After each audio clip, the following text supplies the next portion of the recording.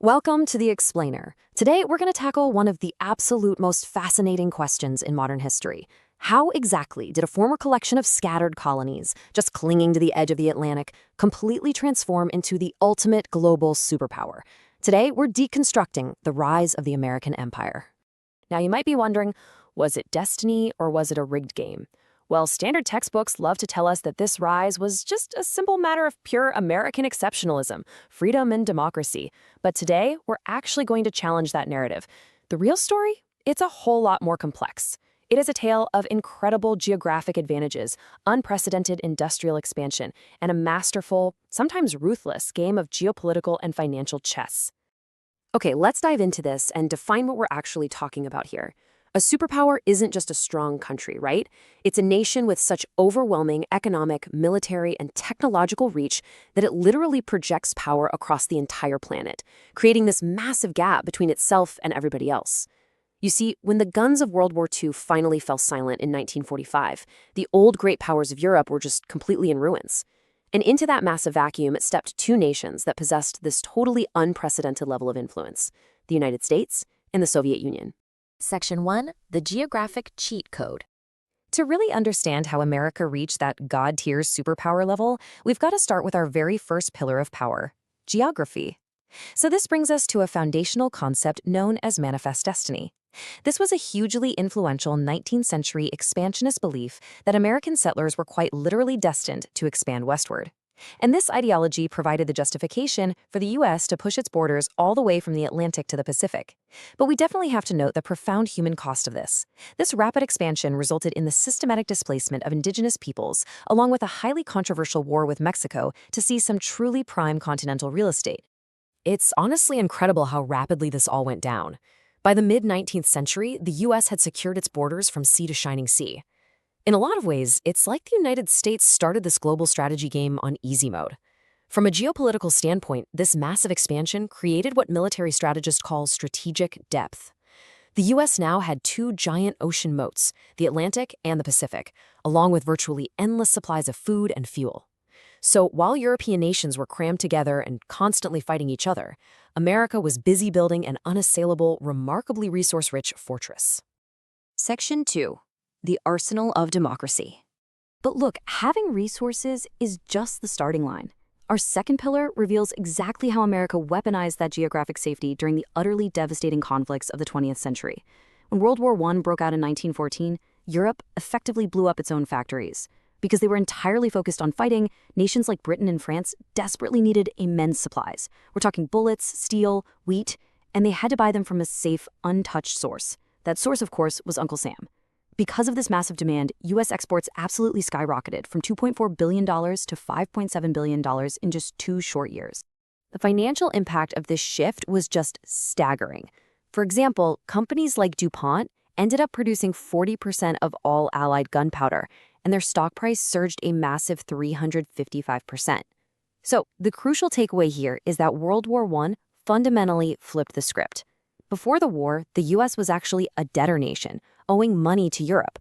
But by the time the dust settled, the U.S. had become the world's biggest creditor. And this brilliantly illustrates the staggering global contrast by 1945, right after World War II. Europe and Asia were utterly devastated. You had cities reduced to rubble, starving populations, and these old grand empires totally bankrupt. But meanwhile, the American mainland was completely untouched. Its factories were humming along at peak capacity, and the economy was booming in a way the world had literally never seen before. To put the sheer scale of this industrial explosion into perspective, consider this number: 96,000. President Franklin D. Roosevelt had set these wartime production targets that his own advisors thought were physically impossible to meet. Yet by 1944, the United States was pumping out 96,000 aircraft in a single year. That's enough to completely block out the sun. This was the exact moment America truly evolved into a god-tier industrial entity. Section 3. Designing the global economy. Now, all this newfound leverage brings us to our third pillar.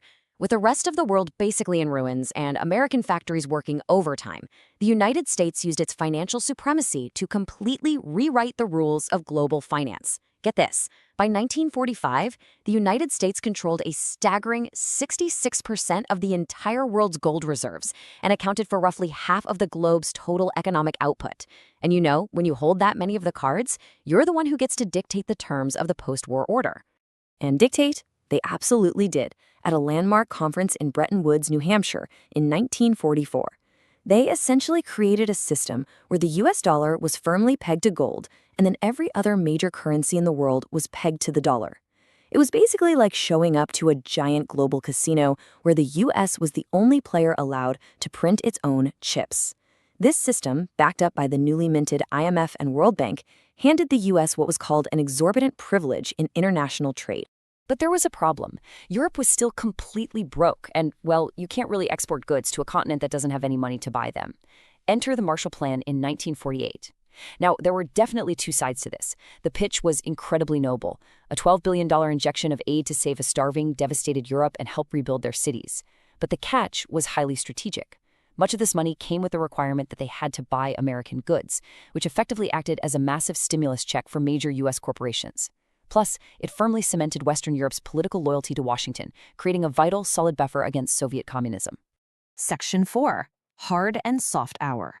So throughout the Cold War, the U.S. maintained its dominant position not just by throwing money around, but through this unprecedented combination of cutting-edge technology and cultural influence. Now, what's really interesting about this slide is how military fear accidentally birthed the modern world we live in today. To make sure they stayed ahead of the Soviet Union, the U.S. government poured trillions of dollars into the military-industrial complex. And the crazy part? The desperate need to communicate during a potential nuclear strike gave us ARPANET, which became the internet. The need to accurately guide missiles gave us GPS. The need for tiny, lightweight guidance computers gave us microchips. Silicon Valley was basically built directly on the back of massive Department of Defense contracts. America literally out-invented the rest of the world. But the U.S. also had a totally different kind of weapon, one the Soviets just couldn't counter. While the Soviet Union was busy projecting hard power, think tanks, missiles, but also a pretty bleak lifestyle of gray concrete buildings and long bread lines, the U.S. was projecting soft power. They were beaming irresistible images of Levi's jeans, ice-cold Coca-Cola, MTV, and rock and roll straight across the Iron Curtain. You see, hard power is forcing someone to do what you want by pointing a gun at them. But soft power is making them actively want what you have. And this cultural appeal was devastatingly effective. Let's move to and see how this builds into Section 5, the multipolar future. The era of unquestioned singular U.S. dominance, a period historians sometimes refer to as the short American century, is actively evolving as we speak. Today, the solid foundation of that unipolarity is definitely showing some cracks. The economic rules set up after World War II are shifting. We've seen major pivots like the move to the petrodollar system back in the 1970s just to maintain currency dominance. But now we're dealing with the rapid rise of China as a massive global creditor and economic rival. Combine that with the reality of a massive U.S. national debt owed to foreign nations and extreme internal political polarization that threatens stability right from within. When you look at the data, it highlights a truly major shift. We are moving away from the American century and fully into an era of broad globalization. Today's world economy is just far more democratic and decentralized than it used to be. Regional trade blocs are rising up everywhere. Sure, the United States still remains the largest economy, but it's now just one of several major centers of influence. It simply can't unilaterally dictate global terms the way it effortlessly did in the halls of Bretton Woods back in 1945. Which leaves us with this final, absolutely critical thoughts.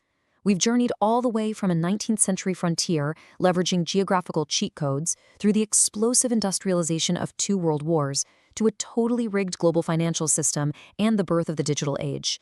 But as power actively shifts away from a bipolar or unipolar system into a newly multipolar world, what happens next? Will this decentralized power bring us greater global stability, or are we heading toward unprecedented danger? That is the exact question defining our future right now, and it's one we should all be watching very closely. Thank you for joining me for this explainer.